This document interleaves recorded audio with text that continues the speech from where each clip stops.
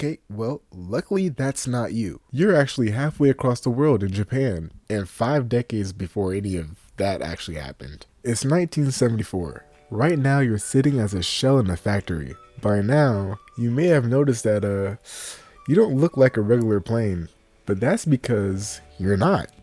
You're a train. Oh wait, what? You thought you were gonna be a 747? Nah, buddy, you're a train. Well, let me be more specific. You're a light rail vehicle built by Boeing. Whoa, hold on now, don't panic. Well, not yet at least. I mean, look at the good side. You won't be 30,000 feet up in the air, singing R. Kelly, and dive bombing to your death. Well, looks like you're on the move now. You're being put on a ship. Why, look at you, Eddie Murphy. You're coming to America. And it looks like you have a couple brothers and sisters on the way too. This journey is going to be pretty long. You have to go through the Panama Canal. Oh yeah, I forgot to tell you. You're going to Philadelphia. Oh, you seem to be a little bit geographically challenged. Well, that's on the other side of America. Not the West Coast, but the East. While you're on your way traveling, I guess I should explain to you why Boeing, an aircraft manufacturer and defense contractor of the United States, is building you. You're not exactly a weapon, so that's good. And the United States military isn't the one who sent the contract out to build you. So I'm guessing the burning question in your head right now is, who did? UMTA did. Well, the name is the UMTA, Urban Mass Transit Administration, but we're just gonna go with UMTA for now because it's more entertaining. So who is UMTA? If you're not familiar with UMTA, well, that's because they're not named UMTA anymore. Because I'm pretty sure somebody in the federal government looked at the name and was like, So the name got changed to the Federal Transit Administration, or FTA. So yes, UMTA is the FTA. Which also means that UMTA is just another branch of the federal government. So it's 1974. Do you know the significance of this year and the year following for America? Not historically inclined either. Got it. Well, put it this way.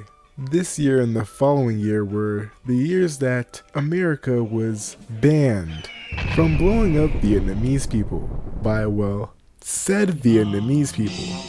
So you were built by Boeing for 2 reasons. Reason number 1, boredom, or more accurately put, trying to keep up an industry that doesn't really have a place in the world at the time. And number 2, to shift public perception on American innovation, specifically when it came to the defense company. You know, after building stuff to harm people, why not build something that could help people? And that's where the standard light rail vehicle comes from. Oh yeah. That's your name. Standard light rail vehicle. Not creative enough? Well, too bad. Enjoy it. I mean, at least your name isn't the advanced passenger train or something corny like that. Most people just call you SLRV or the Boeing LRV. But just don't confuse yourself with the Boeing Lunar Rover vehicle. I don't think you'd like being on the moon. I mean, you barely stand a chance here on Earth. Oh, sorry, I wasn't supposed to say that. You were created... What? No, it's nothing. You were created because both the MBTA, MUNI, and SEPTA were in the process of looking for bids to build a replacement light rail vehicle for their old 1940s era PCC cars. Unfortunately, all their bids were too expensive for them.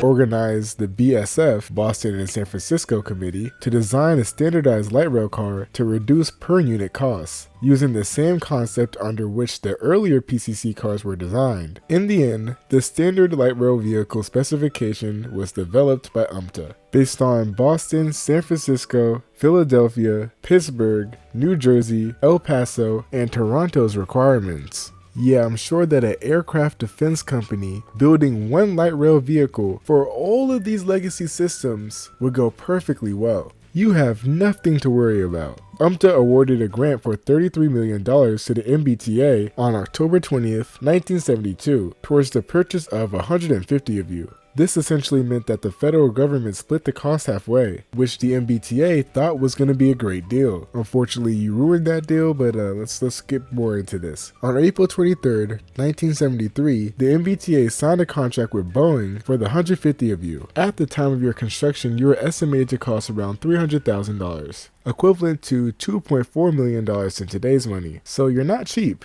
you're just useless. What? Anyways, unlike the MBTA ordering 150 of you, MUNI only ordered 80. Well, initially at least. You see, as you've been making your way across the entire ocean, Boeing, as any good parent would, has been hyping you up this entire time, saying that you're going to be reliable and virtually maintenance-free, which ended up hyping both transit agencies up to the point where they decided to buy more of you. MUNI ended up ordering 20 more, with MBTA ordering 25 more. This leaves the total of 100 for MUNI and 175 for the MBTA. Ouch. Where are you now? The North Atlantic Ocean? Yeah, but where? Off the coast of North Carolina? Alright, I have time. Man, I've been hating so much that I forgot to do the intro. Welcome to Your Life Would Suck as a Boeing Product Part 1. Please exit through the rear door. As always, thanks to my patrons. Your donations make this content possible. Also, whatever you do, don't get on this train. Yeah, this one right here. Don't. Huh? Oh. Anyways, congratulations. You were the first American-built trolley since 1952. Yo, clap it up for him, y'all. Yeah, woo, yeah.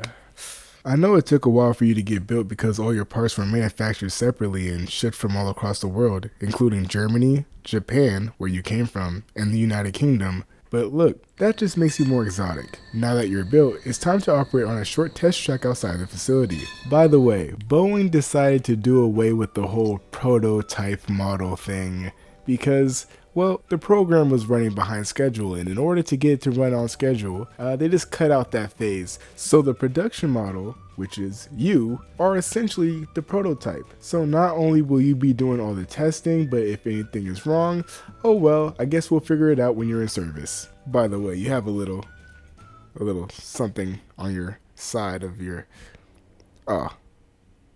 you're corroding already. Well, I gotta run. Too bad they can't. Am I right, viewers? Anyways, if you like this video, make sure to hit that like button. 400 likes for part 2, so we can figure out what happens to our poor SRLV friend. With that being said, no, stop, no. We'll see you in the next video. Anyways, with that being said, if I heard your like and subscription, I love you. And if you made it this far in the video, thanks for watching.